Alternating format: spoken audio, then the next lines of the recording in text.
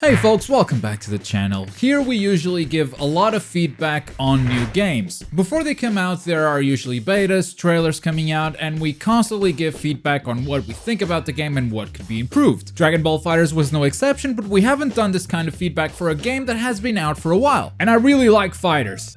I really like FighterZ. And it's a game that I love to see updated on a regular basis. Because there's a lot that could be done with this engine, with this fighting system, and even though it's been great so far, I think they could do it even better. So here are my 2 cents, my ideas for what could be done. Some are relatively easy ideas to implement, others might be a bit trickier, but hey, that's how feedback works. We throw stuff out there and we hope some of it gets picked up. My name's Globku, and here we go.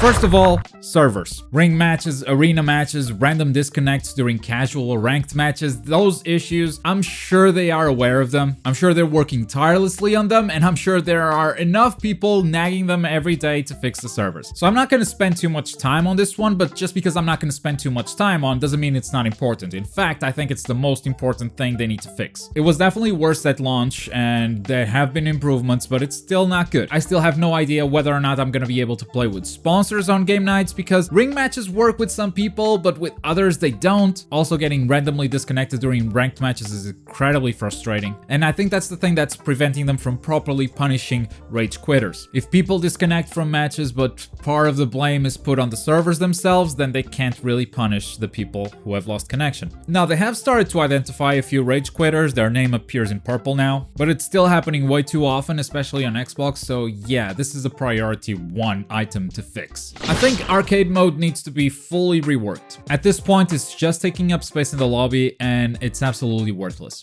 You go to arcade mode when you get the game for the first time, you unlock the hard modes for each ladder, and after that you beat the hard modes to unlock the Super Saiyan Blues. It's one heck of a challenge, for sure, but after that there's really no incentive to going back. There are no rewards, the ladders are always the same, there's absolutely no reason to go back to arcade mode at this point. Unless there's like a daily quest that asks you to beat a specific ladder, but the reward is Zenny, and there are better ways of getting Zenny in this game. So here are a few ideas on how to improve arcade mode. A really obvious one and seems easy to implement is a survival mode. You either battle an endless stream of opponents until all of your characters are eliminated, or battle a fixed number of opponents while going against the clock. Every opponent you beat replenishes your health bar a little bit, and as you go the difficulty increases. This would work a little bit like story mode if you can swap teams between matches. The health for your characters carries over, you recover a little bit of health at the end of each match, and once a character dies, it's gone for good instead of it being revived like on story mode. This mode has become quite common in fighting games, and even though it happens more often in 1v1 types of fighting games, it still works great on tag games as well. Another way to revamp arcade mode is by giving you a meaningful reward at the end of a ladder. And I'm not talking about Zenny, because like I said, there are better ways to farm Zenny out there. I'm talking about more significant stuff. Of course, this would mean that they have to create content, and that's never easy or cheap to do. But one of my favorite things to do in fighting games when they have an arcade mode is unlocking the cutscene for each character. Guilty Gear did this in the past. You would beat arcade mode with each character, and at the end they would have a little cutscene. And even though I wasn't that much into the Guilty Gear lore, it was still fun to unlock those cutscenes and see what those characters were up to. They seem to have figured out a way to make cutscenes relatively easy with Dragon Ball FighterZ, given how they've done them in story mode using that engine. But of course, this is going to require new writing, new voice work, new animation, but it is something that would definitely revamp arcade mode, especially with the addition of DLC characters. Instead of just adding them to the game, giving them 10 combo challenges that you beat within 5 minutes and then just playing online with them, this would give you something to do with them offline in single player, which is something that this game is severely lacking. Fighting games are following a trend that Dragon Ball FighterZ I feel kind of ignored a little bit. This trend is treating casual gamers with as much respect as they are treating the hardcore audience, and they do that by giving them fun things to do offline or in single player, in addition to the usual competitive modes. And Dragon Ball FighterZ had a story mode that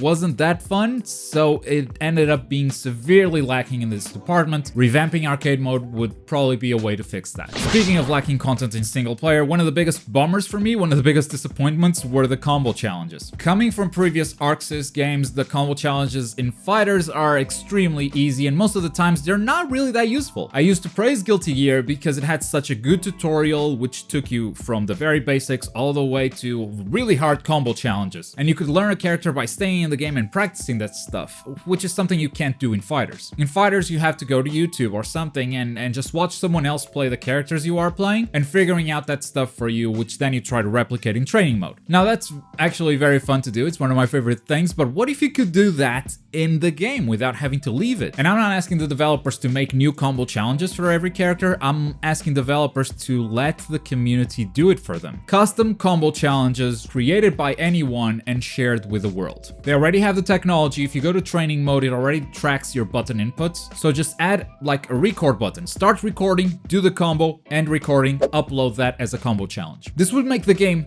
so much richer. You get a lot of useful combos for using in battle. You get those kind of silly challenges that are kind of impractical, but they are fun to do, like touch of death stuff. And you'd be able to learn individual characters as well as specific teams, because the community would just break all of that down. The possibilities are really endless. You open up this combo challenge to the community and you've built yourself the most complete tutorial in a fighting game ever. And you didn't even have to put in the time to create individual combo challenges for every single character. Now, I'm sure there's some work to be done there. It's not as easy as add a record button and a share button and hey, it's done. But not only would it be a great tool for beginners to get into the game and get better, it would also be a fun set of challenges for intermediate and advanced players to do. A single player experience, like I mentioned before, and one that would actually improve your game when you took those skills online. The modding scene on PC has been pretty cool so far, and I think one of the things that they've proved is that character skins or outfits work in the game. Some of them even seem to take existing models from story mode, which make them pretty easy to implement. I'd love to see official support for outfits or skins for the characters in the game. I've already made a video of which character skins I'd like to see. I gave each one of the characters in the roster a different skin. You can watch that video right here. But I think it would really help with the progression in the game. It would give you something to aim towards. Instead of simply getting colors or avatar lobbies or player cards or stamps, getting outfits would be something so much more significant. Maybe you could even have them as a reward for beating a ladder in arcade mode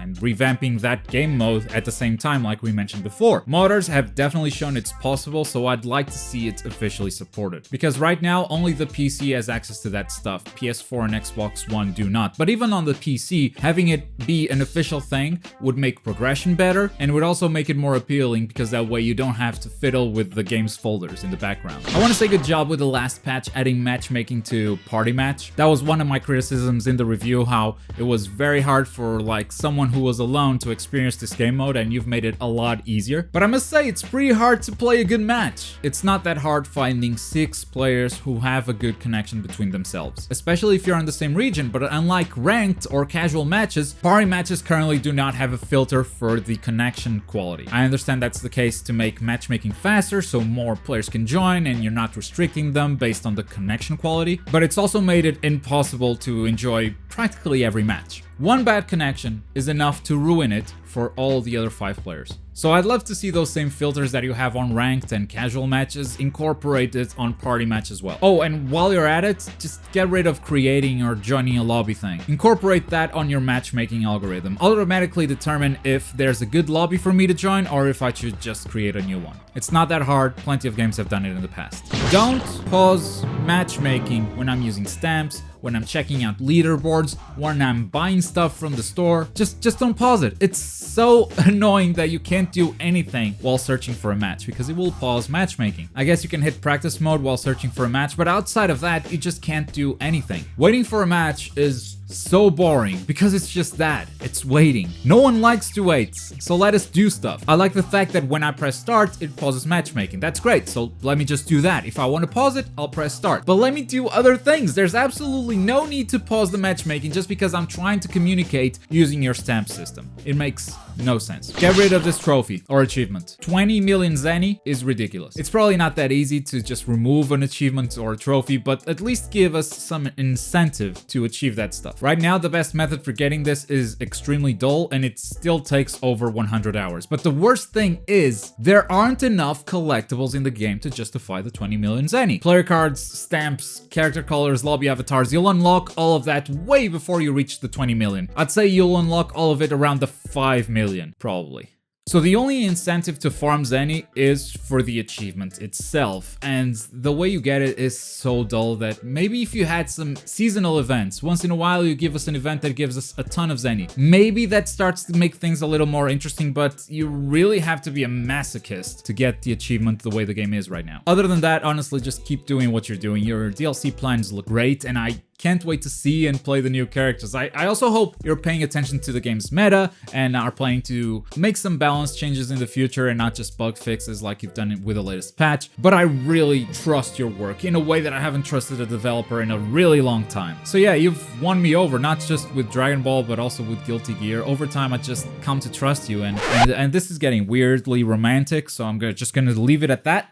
Let me know what you would like to see added to the game. I know, you want to see your favorite character added, but let's get past that. What would you like to see fixed? What features would you like to see added to the game? Let me know in those comments down below. Check out the latest leaks for Season 2 of DLC characters right here. If you're in the mood for something else, there's also the video at the bottom, but as always, thank you very much for watching. My name is Globku, and I'll see you guys next time. Bye!